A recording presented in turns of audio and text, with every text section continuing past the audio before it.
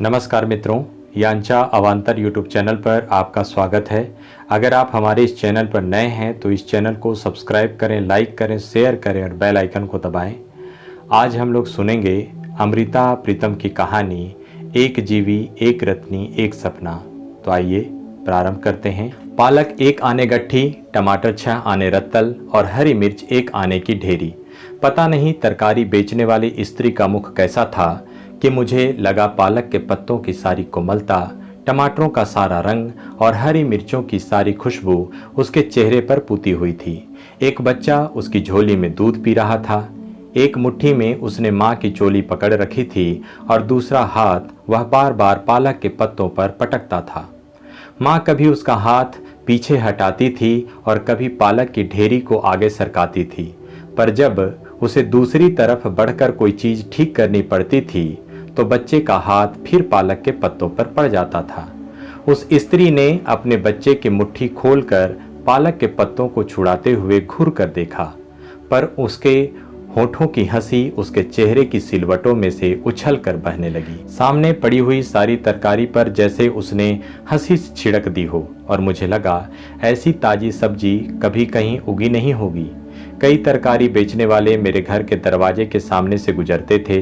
कभी देर भी हो जाती पर किसी से तरकारी न खरीद सकती थी। रोज उस स्त्री का चेहरा मुझे बुलाता रहता था।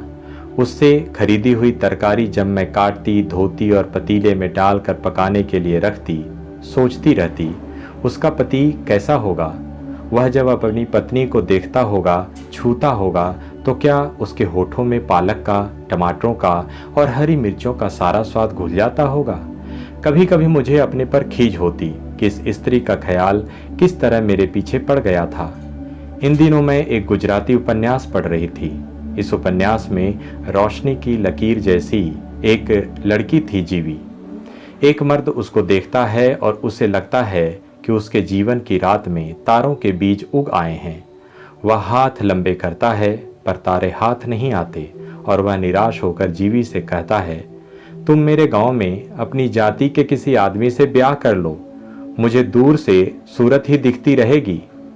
उस दिन का सूरज जब जीवी देखता है तो वह इस तरह लाल हो जाता है जैसे किसी ने कुंवारी लड़की को छू लिया हो। कहानी के धागे लंबे हो जाते हैं और जीवी के चेहरे पर दुखों की रेखाएं पड़ जाती हैं।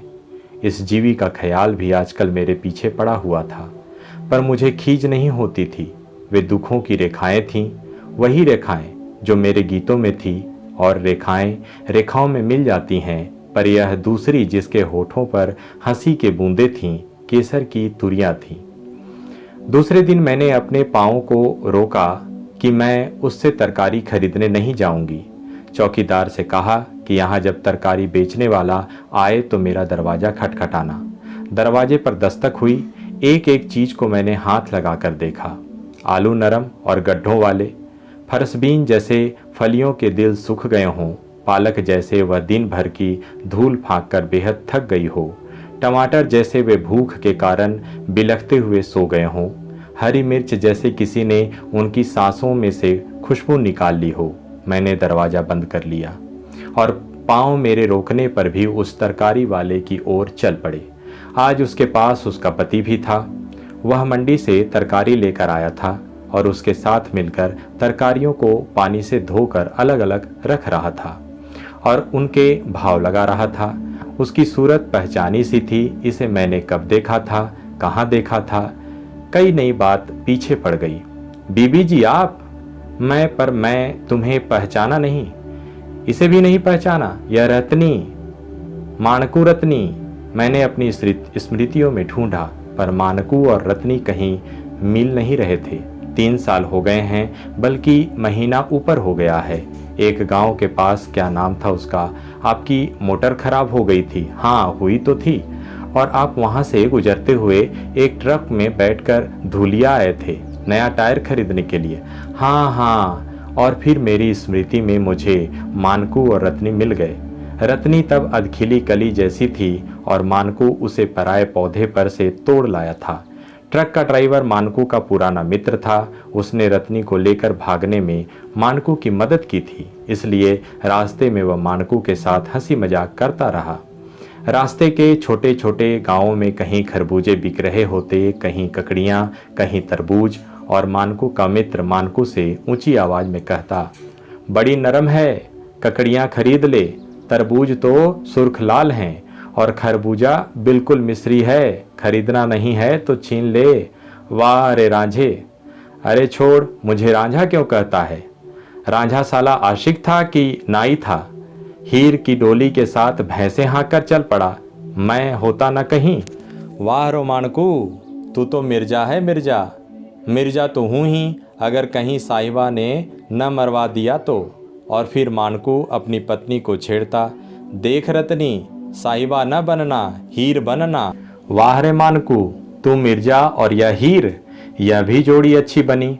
आगे बैठा ट्रक ड्राइवर हंसा। इतनी देर में मध्य प्रदेश का नाका गुजर गया और महाराष्ट्र की सीमा आ गई।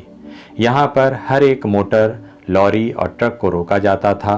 पूरी तलाशी ली जाती थी कि कहीं कोई अफीम, शराब या किसी तरह की कोई और चीज़ तो नहीं ले जा रहा।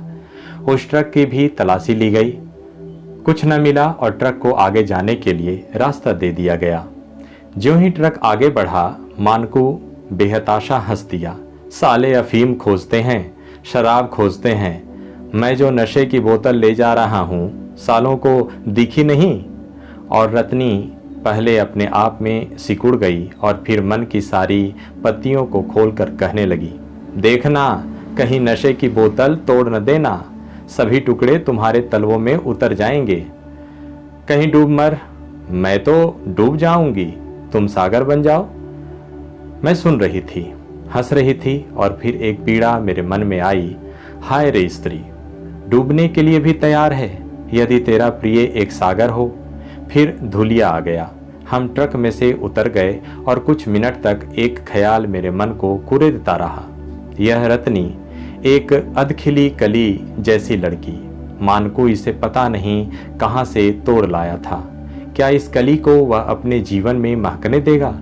यह कली कहीं पाँवों में ही तो नहीं मसली जाएगी? पिछले दिनों दिल्ली में एक घटना हुई थी। एक लड़की को एक मास्टर वायलिन सिखाया करता था और फिर दोनों ने सोचा कि वे बम्बई भाग जाएं। वहाँ वह गाया करेगी, वह वायलिन बजाया करेगा। रोज जब मास्टर आता, वह लड़की अपना एक आध कपड़ा उसे पकड़ा देती और वह उसे वायलिन के डिब्बे में रख कर ले जाता।